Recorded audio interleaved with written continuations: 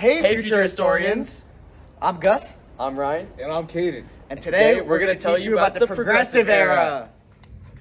Let's set the stage. It's the late 19th and 20th century, and everywhere you look, you see bustling cities, smokestacks skirting the sky, and industrialization at work. However, underneath the steam, sweat, and silver shine, there were a plethora of issues. Thanks to robber barons, unsafe working conditions, minimal supervision, low pay, and even child labor was considered the norm. Did you say child labor? That's crazy. Why would factories make children work? I'm glad you asked that, Caden. Children could be paid less, could fit in smaller spaces, and weren't able to really form unions and stand up for themselves. This is awful. Isn't there anybody to stop this from happening? Yeah, Caden, they were called muckrakers. They were heroes of the industrial movement who brought light to problems due to industrialization through journalism and arts. Oh yeah, I heard about them. Aren't they Jacob Rees, Ida Tarbell, Lincoln Steffens, Upton Sinclair, and Thomas Nast? Yeah, social reforms happened as a direct result of muckrakers too. One example being Upton Sinclair, who published The Jungle, which exposed the disgusting conditions of the meatpacking industry. The book was quickly recognized by President Theodore Roosevelt, who immediately made the FDA and the Pure Food and Drug Act. How could you forget about Ida B. Wells? What about Ida B. Wells, who was a women's rights activist that penned the book Southern Honors, Lynch Laws in All Spaces, which exposed the transgression against black people despite the passage of the Emancipation Proclamation. Southern states still discriminated against border slaves.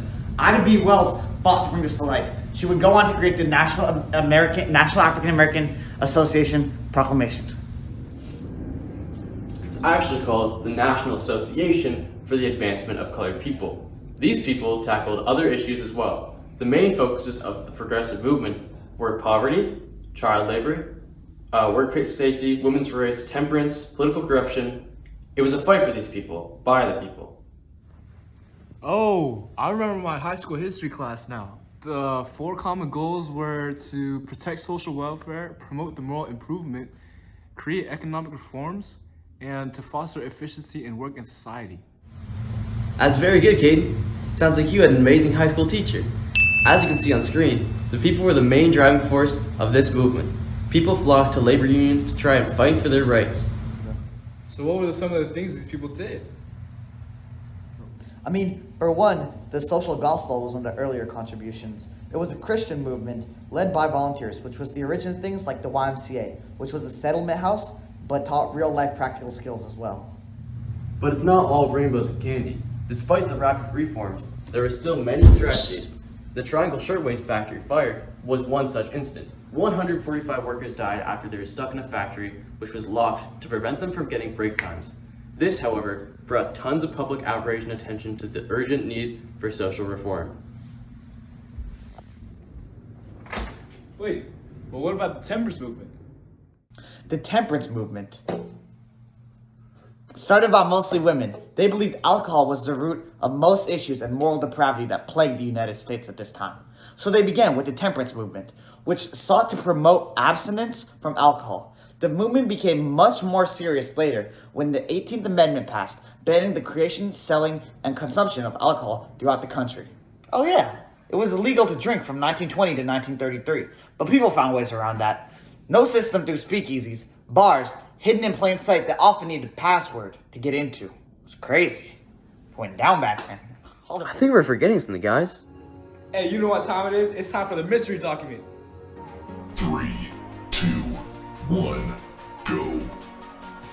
It is plain they would answer to this, that you have come from the country and from very far in the country. Can I write this? Curious. And one sister? You know, this sounds, I want to say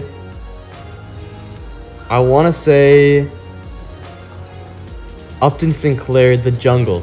Ding, ding, ding! Hey! Yeah, baby! Hey, he is the winner. He does get the mystery prize. Okay, let's go. The mystery. I know what we forgot. We forgot to talk about the 3 progressive presidents: Woodrow Wilson, William Taft, and Theodore Roosevelt. Those are my 3 favorite presidents. Oh right, Theodore was the first one of the progressive presidents at the time. He used his method, the square deal, which cracked down on companies like Standard Oil with his trust busting or dismantling of monopolies, aimed at ensuring the safety of the creation of food and drugs and the conservation of natural resources. Teddy was very big on the creation of national parks, and many of the most famous parks, like Yellowstone National Park, were created thanks to him. At the end of Roosevelt's career as president, he handpicked William Taft, his Secretary of War and his close friend, to be the Republican candidate. Taft won the election and was appointed president in 1909. Taft did not do as good a job as Teddy had hoped for, and towards the end of his term, there was a division of the Republican Party. Despite this, Taft did create dollar diplomacy, a key aspect of his foreign policy, which aimed to promote American economic interests abroad by using diplomacy and financial investments to further the U.S. influence in Latin America and Asia. Oh, and how could you forget Woodrow Wilson? Even I know that guy. He used the international policy of moral diplomacy, which valued human rights and ethics in foreign relations. He also had large effects on the home front. President Wilson passed a clean antitrust act to stop price fixing and grant powers to the consumers. He was truly a really vulnerable president. Hey, that William Taft guy was kind of fat, though. I don't know, bro. Hey, bro, what's about my favorite president? Hey, bro. Bam. Hey, get up, though. We gotta do the outro. Get up. We gotta do the outro.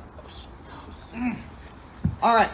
This was our video about the progressive era. One of the most very revolutionary, beautiful eras. You know, we got women's rights, the Meat Inspection Act, the Big Stick Policy. What else? Dollar diplomacy, the NAACP, The Square Deal. Square Deal. We had Taft. You know, don't disrespect him like that again. Woodrow Wilson. Black people's rights. Yeah, exactly, bro. It was one of the best eras. And we'd like to say thank you for watching our video. For the crew, Gus Hammond, King and Son. and Ryan Grossman. Hey.